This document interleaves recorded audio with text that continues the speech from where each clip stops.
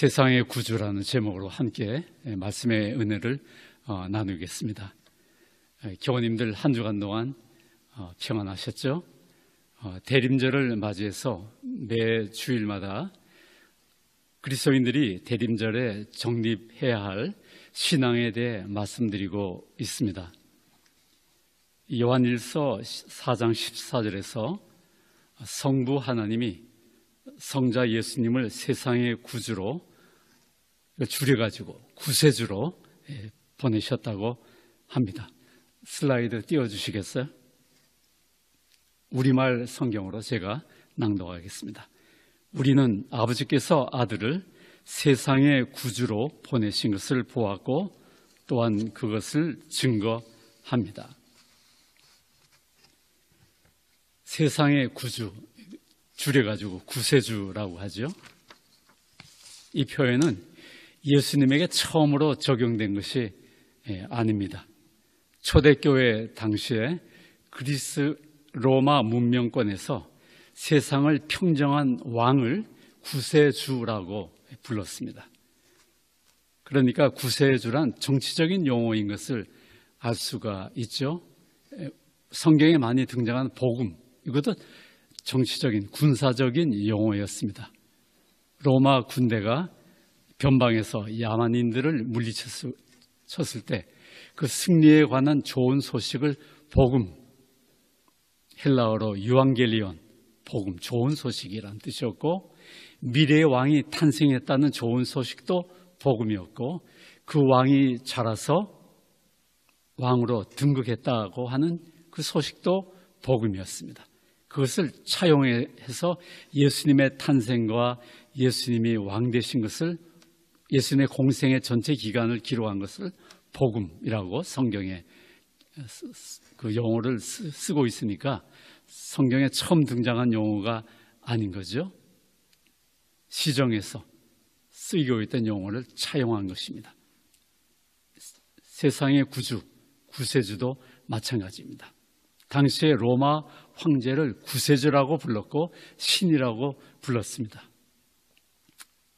로마의 황제가 로마의 칼과 로마의 법을 통해서 세상에 로마의 평화, 팍스 로마나를 가져오기 때문이었습니다.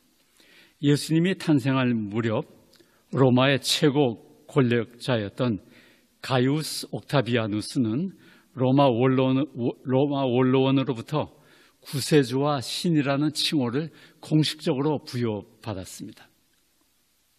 로마 원로원은 가이우스 옥타비아누스를 세상의 최고 통치자를 뜻하는 카이사르 아우구스투스라고 선언했습니다. 성경에도 기록되어 있죠. 카이사 아우구스토라고 이렇게 기록되어 있습니다. 이 카이사르 아우구스투스에게 적용된 구세주라는 표현을 오늘에 적용하자면 오늘의 단극체제에서 압도적인 힘으로 세계의 질서를 주도하는 미국 대통령을 구세주라고 부를 수 있을 것입니다.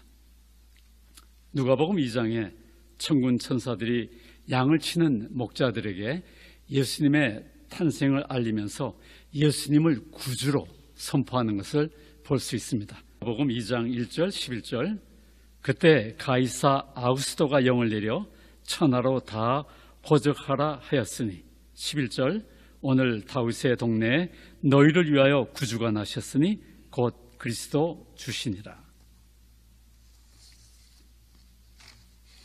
천군 천사가 예수님을 구주로 선포한 것은 로마의 황제 가이사 아우구스토를 배경으로 하고 있습니다. 천군 천사가 예수님을 구주로 선포한 것은 예수님이 로마 황제처럼 세계 질서를 재편하는 왕적 존재임을 뜻한 것입니다.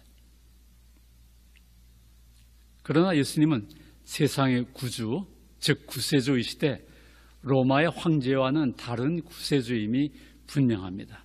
누가복음 2장 13절 14절에 기록된 천군 천사들의 메시지를 들어보십시다. 13절에 호련히 수많은 천군이 그 천사들과 함께 하나님을 찬송하여 이르되 지극히 높은 곳에서는 하나님께 영광이요 땅에서는 하나님이 기뻐하신 사람들 중에 평화로다 하니라. 천군 천사들은 11절에서 예수님을 구주로 선포하고 나서 14절에서 예수님을 지상의 평화를 가져오는 왕이라고 찬양하고 있습니다. 이 천군 천사들의 메시지에 의하면 예수님은 가이사 아우구스토처럼 천하의 로마 제국에 호정령을 내려서 이 호적을 명하는 것은 그 징집, 군사를 모으기 위한 목적이고 사람의 머릿수를 세워가지고 또 징수, 세금을 모으기 위해서 호정령을 내렸죠. 그래서 군사를 모으고 세금을 모아서 로마 시민의 복지를 위한 제국의 평화를 추구하는 그런 구세주였습니다. 그러나 예수님은 샬롬이라고 하는 하늘의 평화를 지상에 실현하는 구세주임을 우리는 알 수 있는 것입니다. 그러므로 예수님이 천군 천사들이 전한 메시지에 의하는 대로 세상의 구주, 구세주라는 것은 지상에, 이 땅에 하늘의 평화를 가져오는 평화의 왕, 평화의 임금이라는 것입니다. 그러면 예수님이 구세주로서 평화의 왕으로 지상에 오셔서 어떻게 하늘의 평화를 실현하셨나요? 예수님이 지상에 오셔서 하나님 나라를 꾸준하게 전파하시면서 사람들을 악과 고난에서 해방하고 치유하고 회복하는 사역에 집중하셨습니다. 그리고 예수님은 공생애를 마치는 순간 결정적인 사건으로 십자가에서 악과 고난이라고 하는 죽음의 세력을 자기 안에 품어 안고 부활함으로 말미암아 영원한 생명을 가져왔습니다. 이 결정적인 사건으로 인해서 악과 고난이 지배하는 시대는 가고 영원한 생명이 역사하는 평화의 시대가 왔습니다. 구세주 예수님의 지상 사역은 샬롬이라고 하는 하늘의 평화를 가져오는 평화 만들기, 피스메이킹이었습니다. 히브리어로 평화를 의미하는 샬롬은 그 우주적인 조화와 질서와 복지를 의미합니다. 예수님이 선사하는 샬롬을 경험하면 저 우주에서 내려오는 그 평화를 경험하면 즉각 내가 꼭 만나야 할 분을 만났다는 안도감이 마음에 임합니다. 인생과 역사를 주관하는 참된 왕을 만났다는 안도감이 마음의 평화로 임합니다. 이걸 내적인 평화, 이너 피스라고 말하죠. 우리 마음의 평화를 내가 만나야 될 분, 내 인생의 왕, 이 역사의 주권자를 만났다고 하는, 그래서 인생의 방황이 예수님을 만나는 순간 끝나는 것입니다. 만나야 할 분을 만났고 내가 따라가야 할 분을 만났고 내가 섬겨야 할 분을 만났기 때문에 더 이상 방황하지 않게 되는 것입니다. 그리고 예수님이 선사하는 샬롬을 경험하면 이 마음과 몸이 건강해져요. 왜냐하면 우리를 악과 고난에서 해방하고 치유하고 회복하는 하나님의 은혜가 때를 따라서 우리에게 임하기 때문에 적절한 때, 내가 필요한 때, 내가 주님께 요청하는 때 그 하나님의 은혜가 임해서 내 마음을 치유하시고 건강하게 만드시고 내 몸의 질병을 치유해 주시기 때문에 몸과 마음의 평화를 누리게 되는 것입니다. 그리고 예수님의 제자들인 모임인 교회를 통해서 그리스도인들이 서로 사랑하면서 하늘의 평화를 체험합니다.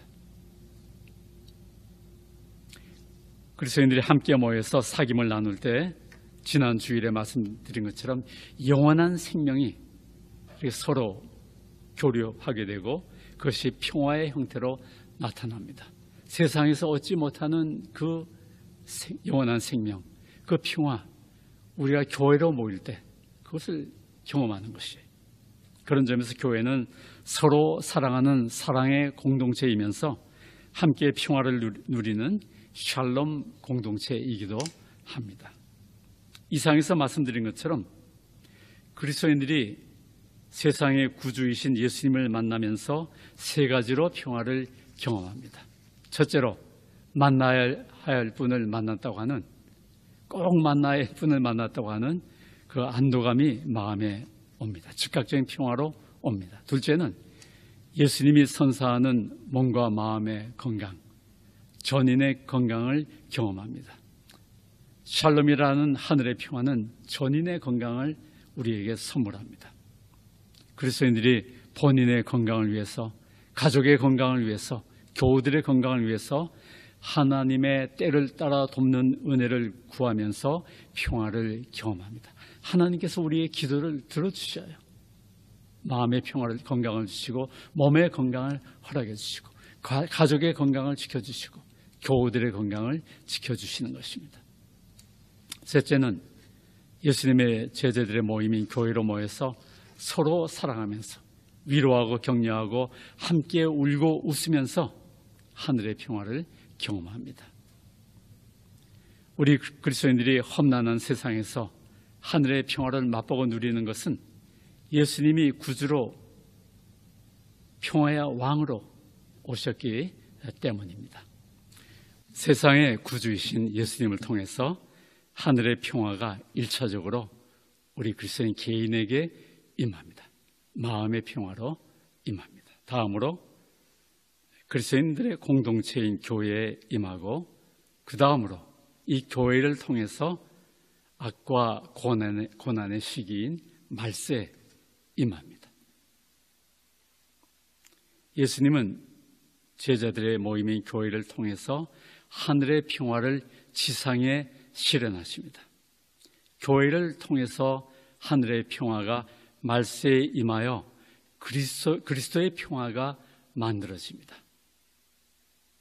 악과 고난의 세상에 임하는, 거기서 만들어지는 로마의 평화는 로마의 칼과 로마의 법을 통해서 만들어진 제국의 평화입니다. 힘을 통한 평화예요.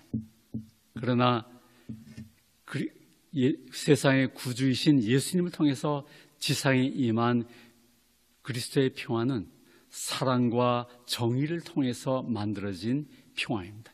힘을 통한 평화가 아니에요. 샬롬이라는 하늘의 평화는 완전한 평화이지만 우리가 경험하는 지상의 평화는 불완전한 평화입니다. 이 로마의 평화가 얼마나 많은 고통과 슬픔을 만들어내는지 몰라요. 식민지 백성들의 그 땀과 눈물과 피 위에 건설된 평화가 로마의 평화입니다. 이 가이사 아우구스는 재임 시절에 진흙으로 만들어져 있던 그 로마의 집들과 성들을 다 벽돌로 대리석으로 만들었어요. 그러니까 얼마나 많은 노동과 착취와 압제가 있었겠습니까? 제국의 평화, 힘을 통한 평화, 사람들의 눈물과 피 위에 건설된 평화였다면 이 그리스도의 평화는 사랑과 정의를 통해서 만들어지는 평화입니다. 완전한 평화. 로마의 평화는 불완전한 평화입니다. 이 불완전한 평화인 지상의 평화에 관해서 연구하는 이들이 평화를 두 가지로 나눕니다. 결과로서의 평화와 과정으로서의 평화입니다. 결과로서의 평화는 갈등과 분쟁이 사라진 상태입니다. 사실 이러한 평화는 지상에서 찾아보기 어려워요. 금년 한 해만 해도 러시아의 침공으로 인해 가지고 우크라이나, 유크레인, 지금도 매일 하루에 수만 발의 포탄과 미사일이 거기에 퍼부어지고 있잖아요. 많은 생명들이 그곳에 희생되고 있습니다. 그래서 이 결과로서의 평화는 불가능하기 때문에 과정으로서의 평화가 거론됩니다. 과정으로서의 평화는 만들어가는 평화입니다. 폭력의 제거, 폭력의 극소화를 도모합니다. 세상의 일부인 악과 고난이 폭력을 수단으로 해서 그 실체를 드러냅니다. 이 폭력은 사람의 본성에 들어와 있고 사회의 구조 속에 들어와 있어요. 그래서 많은 악과 고난을 만들어냅니다. 폭력이 인간성을 무너뜨리고 사회에서 안녕을 파괴합니다. 어떤 형태의 폭력이든지, 그것이 신체적인 폭력이든지 문화적인 폭력이든지 구조적인 폭력이든지, 폭력의 희생자가 된 이들이 얼마나 평화를 갈구하는지 모릅니다. 폭력이 난무하는 가정에서 자라는 아이들이 얼마나 가정의 평화를 갈구하는지 몰라요. 전쟁의 참화를 겪은 민족은 어떠한 형태의 전쟁도 승인하기 어렵습니다. 70년 전에 우리 한국은 동족 상쟁의 전쟁을 경험했죠. 저의 세대를 피난동이라고 그래요. 전쟁 중에 태어났기 때문에. 여러분은 좀 MZ세대라고 이렇게 일컬어지죠. 저만 해도 6.25 동란 중에 평양에서 피난 오면서 개성 인근의 송악산 부근에서 태어났다고 그래요. 저희 조부 선친들이 평양에서 꽤 부유하게 살았는데 피난 와가지고 얼마나 가난해졌는지 몰라요. 전쟁이 가정을 파괴하고 공동체를 파괴하고 민족 가운데 얼마나 큰 슬픔과 어려움들을 만들어내는지 모릅니다. 제자들은 인간 본성에 들어와 있는 폭력에서부터 사회 구조 속에 들어있는 폭력까지 모든 형태의 폭력을 거부하면서 지상의 하늘의 평화를 가져오려 노력합니다. 내 마음의 평화, 가정의 평화, 교회의 평화를 추구할 뿐만 아니라 이 세상의 불완전한 평화를 그리스도의 평화로 바꾸는 일에 제자들이 참여하는 것입니다. 제자들은 폭력에 희생된 이들을 자비로 대하면서 폭력의 극소화, 폭력을 미니마이즈 시키는 일에 앞장서는 것입니다. 예수님의 제자들은 하늘의 평화를 지상에 가져와서 그리스도의 평화를 만들어내는 평화의 일꾼들, 피스메이커스, 평화를 가져오는 자들, 피스 브링어스라고 말할 수 있어요. 우리 그리스도인들이. 그래서 예수님이 산상수훈에서 화평케 하는 자는 복이 있나니, 평화를 만들어내는 자들은 복이 있나니 저희들이 하나님의 아들이라 일컬음을 받을 것이며, 하나님의 아들들은, 하나님의 자녀들은 평화의 일꾼들이라는 것입니다. 왜요?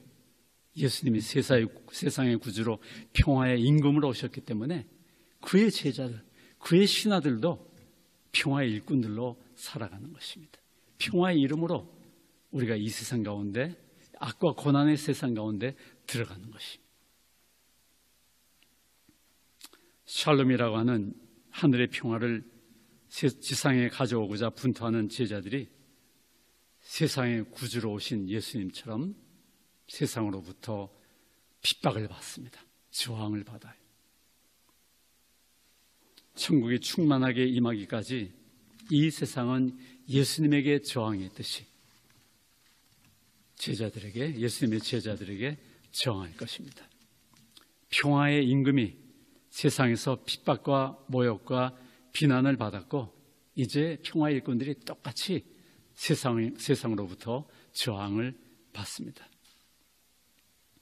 제자직에, 이 디사이플십에 고난이 들어있는 것은 그들이 평화의 일꾼들로 세상에 들어가기 때문입니다. 그래서 사도 바울이 빌립보서 1장 29절 30절에서 우리가 예수님을 믿는 특권 중에 하나가 예수님처럼 고난을 받는 것이다, 이렇게 얘기해요. 고난을 받는 것이 예수님의 제자의 증표이기 때문에 그렇습니다. 우리 예수님의 제자로 살고자 하면 이 세상으로부터 저항을 받게 되어 있는 것입니다. 그러나 전투는 계속되고 있지만 전쟁의 승패는 끝났어요. 이미 D-Day에 전쟁의 승패가 결정되어 있는 것입니다. 빅토리 데이만 우리가 기다리고 있는 것입니다. 이제는 평화가 확보되어야 할 영역이 남아있을 뿐입니다.